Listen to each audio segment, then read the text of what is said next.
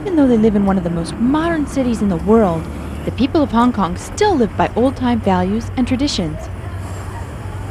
If you were looking from an airplane, Hong Kong might look like nothing but high-rise buildings and water. But tucked between these huge skyscrapers are busy traditional markets, which are part of daily life for many families. You can find many things at these markets, from toys for children to fresh flowers and food.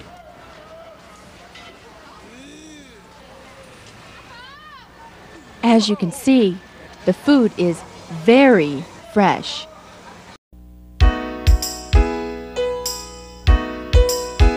Have you ever wondered what it would be like to grow up in another country? Are the people different? What's it like to go to school in another country? What kind of games do kids like to play? What do they eat? Well, come on along to Hong Kong and meet Marie Jane Wong.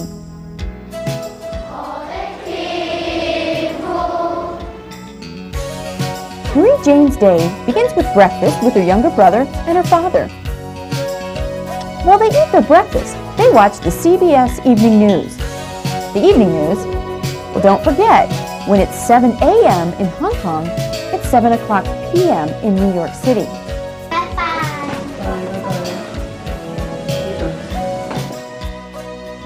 7:45 a.m. and time to head off for school, where Marie Jane is in the 5th grade.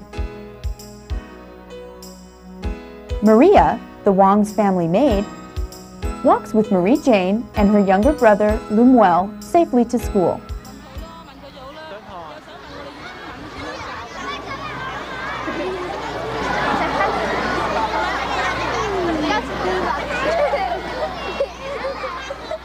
Do you notice anything interesting about the way everyone is dressed? In Hong Kong, all school kids, private and public, wear uniforms to school. How about these uniforms? Do you recognize these?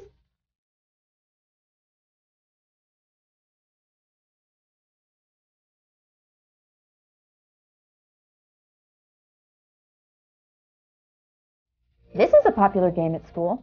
It's kind of like jump rope. The object is to jump up and grab the rope with your feet.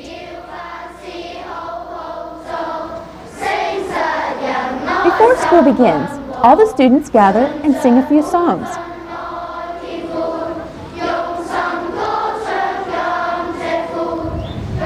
Today is a special day at school.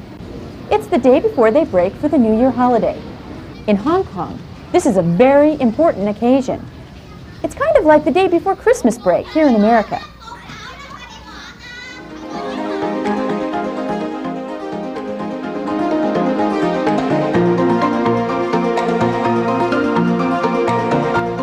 Do you notice any differences between your school and Marie Jane's school? School's out and Maria is waiting to walk Marie Jane and Lumuel to a big celebration feast with their father and their oldest brother, Ivan.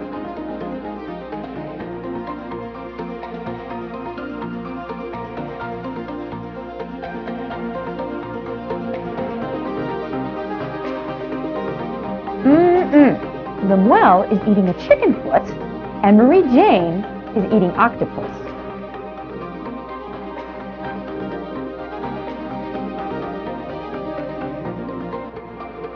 On the way back home, Marie Jane always stops at the little shop on the street corner and buys a treat for herself and for her little brother.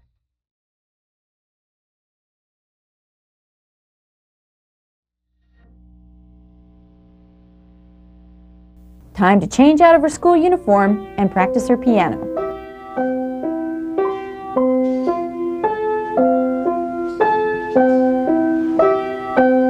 After she's finished with her piano, she does about 2 hours worth of homework. That's right, I said 2 hours worth of homework. Well, now that she's finished with her chores, she has some free time to watch TV or play with her brother. Every day at 4 o'clock, Maria goes to the market to get the food for the family's evening meal. In the market, you may find that your dinner wiggles,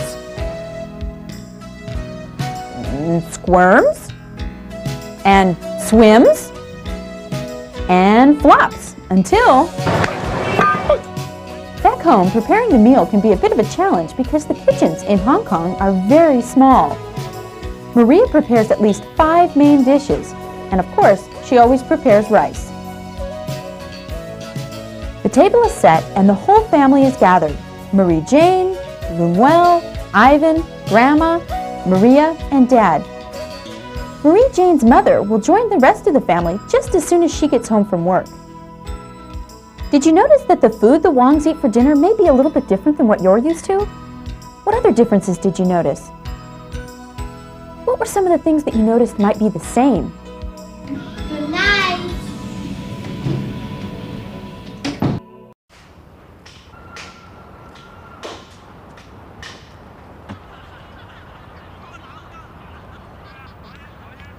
In Hong Kong, both the young and the old enjoy spending time in any one of Hong Kong's many parks.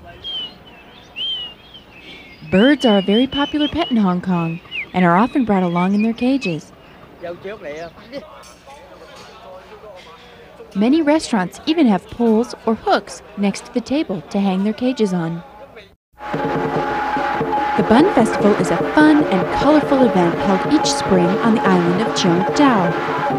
It began as a way to apologize to the angry spirits of people killed by a band of pirates who once lived on the island. It was believed that these spirits were responsible for a period of violent weather, bad fishing, and terrible illness.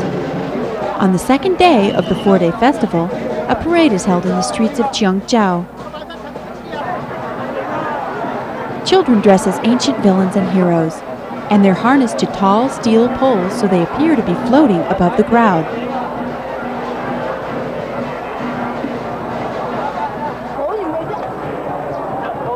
On the last day of the festival, the pink and white lucky buns are attached to 65-foot towers in the town square. They used to have races in which young men would climb the towers and grab as many lucky buns as possible. The ones at the top were considered to be the luckiest. But too many people got hurt, so the races were stopped. Now, the buns are just given away.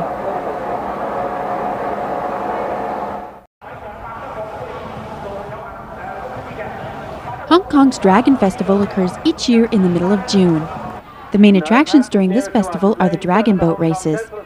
The first dragon boat race was in honor of an ancient statesman and poet named Chu Yan, who flung himself into a raging river in protest against political corruption. The race was a symbolic attempt to retrieve his body. Today, these races are colorful and noisy. A crewman at the bow of the boat sets the pace by beating a drum, and the oarsmen row to its rhythm. As you can see, not all of the teams are men. Women also compete.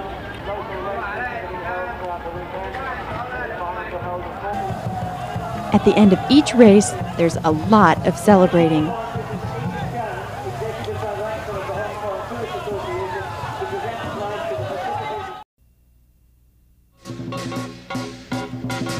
Lion dance competitions are a popular cultural event in Hong Kong. This one was part of the Chinese New Year celebration. The dancers practice very hard to coordinate their dance steps so that the lion's movements are both powerful and graceful. The traditional lion costume is made of silk and bamboo. The head is the most difficult part to make because the eyes are supposed to reflect the spirit of the lion. Therefore, they must have a lot of character. The lion's mouth, ears, and eyes are controlled by pulling on a series of strings inside the head.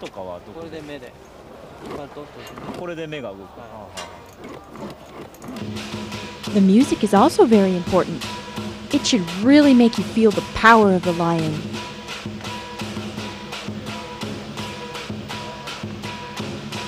The result of combining coordinated dance steps, colorful costumes, and lively music is an incredible sight. Let's watch.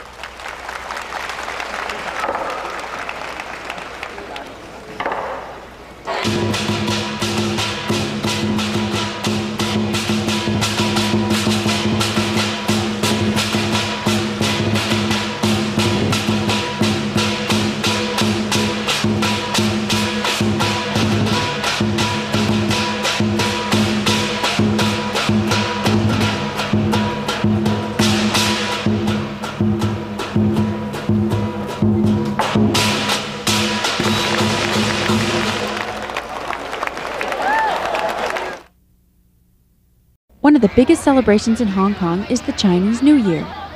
This holiday marks the beginning of the lunar calendar year and falls late in January or early February. The Chinese New Year is a time for giving. Debts incurred over the year are paid, arguments with family and friends are forgiven, and children are given new clothes. Bright red lacy envelopes that contain lucky money are also given to tradesmen and children. Houses are cleaned and red paper with messages of good fortune are hung on the doors and windows. Colorful parades fill the streets. But the most spectacular event during the celebration is the fireworks show over Victoria Harbor.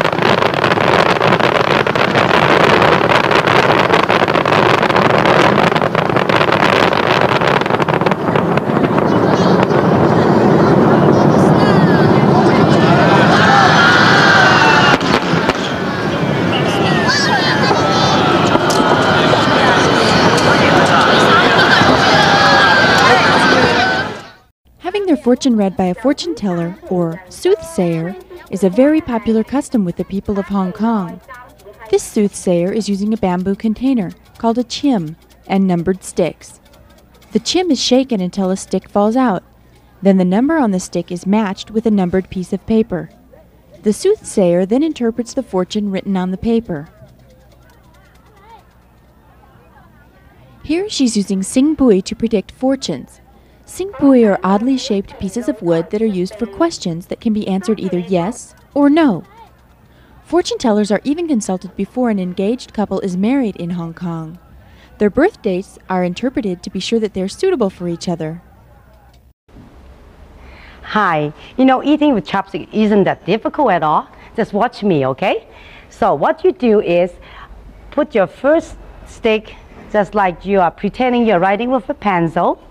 But you have to hold it higher, and then you fit the bottom chopstick on the bottom, and make sure that your forefinger is pressing against the chopstick, so on the bottom one, so it is not going anywhere. And then your first 3 fingers is dominating the movements of your chopsticks, and you can pick up easily. I asked a television reporter working in Hong Kong how she felt about the transition in 1997. How will my career change after 1997? That's anybody's guess, because nobody knows what the effect of China will be on Hong Kong after 1997. It could be nothing at all. It could be exactly the same, but China has a reputation of being very unpredictable. So we don't know if they will clamp down on freedom of expression, freedom of the press, or whether they will do as they have promised, which is to keep Hong Kong the way it is for the next 50 years. If they uphold that promise, we're fine. If they don't, then we could be in for a lot of restrictions. And that's going to be hard for Western journalists because we're used to operating with a free press. I don't know how I will react. I don't know what I'll do. One of the most important celebrations for the fishermen of Hong Kong is the Festival of Tin Hau. It is celebrated each year on her birthday in April. Some say that Tin Hau lived more than 1,000 years ago, and even at a very young age, she had an unusual sense about the weather and the sea. The fishermen grew to depend on and respect her intuitions. They believed her to be the goddess of the sea. Today, fishing families still celebrate her birthday by decorating their boats or junks with flowers and colorful banners.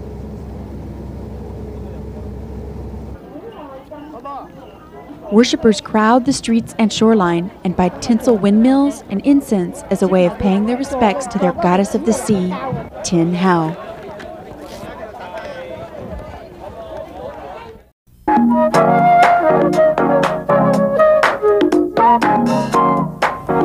You see it everywhere. Chances are you may even use it. It is polystyrene, a plastic product used to make lunch boxes and cups, convenient and disposable items that aren't biodegradable. They don't break down even after hundreds of years. 1 o'clock in Wan Chai, the lunchbox brigade hits the streets. Inside these plastic bags, landfill clogging, ozone-eating polystyrene containers. It's very cheap, it's very convenient, and for fast food and all the takeaway shops around town, you can put hot food in it, it insulates it, it's hygienic, it's convenient, and with 6 million people in a city this size, there just isn't enough space for everybody to sit down and eat. And at almost every street corner, an opportunity to eat and run. Fast food is big business here, and the fast food industry is a major contributor to our waste problem. 25 of the 50 busiest McDonald's restaurants in the world are located in Hong Kong and Shenzhen. When it comes to environmental protection, McDonald's is considered a leader in the industry. But here in the territory, the Big Mac is still packaged in a polystyrene clamshell. We quite honestly, with the high volume of business in Hong Kong, we haven't been able to find a replacement to the foam box for the Big Mac. In compliance with the 1987 Montreal Protocol on substances that deplete the ozone layer, chlorofluorocarbons are not used to make McDonald's polystyrene containers. Public pressure in other countries forced the folks at the Golden Arches to phase out clamshell containers. But the chain hasn't felt that same pressure here. If the suppliers know that certain consumers are not going to buy the products because the products are relatively not environmentally acceptable, then they will for sure change their process or make it suit to attract customers. But Daniel Ng believes polystyrene has become an easy target. The polystyrene clamshell, and particularly the small amount we use in the Big Mac, it's scientifically, logically not a major impact on the environment. I mean, talk generally, the polystyrene, it became a symbolic issue. I mean, one of these days I wish the symbolic issue will go away, then we tackle the real issue. Here in Hong Kong, I think people have got used to using so much packaging. It's not just the fast food chains, it's in every part of your daily life. You're bombarded with plastic packaging and it becomes the norm, and so people think nothing about one extra phone box. They don't realise, they don't make the connection with the damage it's doing to the ozone layer, the resources it's using, or the landfill space it's taking up. And Hopkinson says if the big operators here like McDonald's took the lead and eliminated polystyrene containers, the smaller operators might follow. McDonald's Hong Kong doubts they would. The Environmental Protection Department is currently conducting a waste reduction study. Polystyrene is being targeted, but environmental groups say the government's priorities are construction waste and plastic bags. For the foreseeable future, the lunchbox is destined for the landfill. Here's some food for thought. In 1993, an average of 20,000 tons of trash ended up in Hong Kong's 3 landfills and waste incinerator every day. The garbage came from more than 1.5 million homes, nearly 300,000 businesses, and some 440 construction sites. It amounted to about 3.5 kilos of trash produced by every resident every day. Are you doing anything to protect the environment here in Hong Kong? Not a thing, no. Why is that? I don't know, really. I just don't seem to get involved in anything like that. Me? Yeah. Yeah, no, I don't throw rubbish in the streets. Okay. Okay. Yeah. Anything else? That's the first thing that comes to my mind. Are you doing anything to protect Hong Kong's environment? No. No? How do you feel about that? I mean, nothing. You don't care? I don't care. I'm sorry, I'm busy. Do you think you could do more at home? Sure, I try. Yeah. Try not to use too many plastic bags. In every class there's a recycling bin for paper. And do people use it? Yeah, everyone uses it. Do you think people here know what they can do? to help the environmental situation? I think quite a few of them do. Just depends on how much they think about it and how much they're aware of the pollution and the threat to their own children and grandchildren. Well, I'm Casey Kwok. Casey is in fact the initial for my Chinese name, which is Kwok Chin, a bit difficult for Americans to memorize or understand, so I just use my initial Casey, which is easier. I'm the chief economist for Standard Chartered Bank, looking at the Northeast Asian region. By that we include the countries of Japan, Korea, China, Taiwan, Hong Kong, and a small territory of Macau, which is very close to Hong Kong. Well, as an economist, I monitor the developments of the economies in this region because as a bank, economic performance is closely tied to our business performance, and therefore we have to monitor economic performance very closely.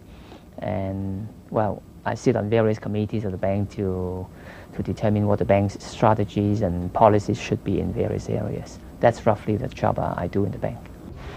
I have 3 $100 bills in my hand. This one backed by the Standard Chartered Bank, this one by the Shanghai Banking Corporation, and this one by the Bank of China. All 3 worth $100, all good anywhere here in Hong Kong, but backed by 3 different banks. How does that work? I guess living in the U.S., one is used to the idea that, well, the U.S. currency is printed by the U.S. Federal Reserve, and it is something the government prints. But if you really sit back and think about it, why do we need the government to print the currency?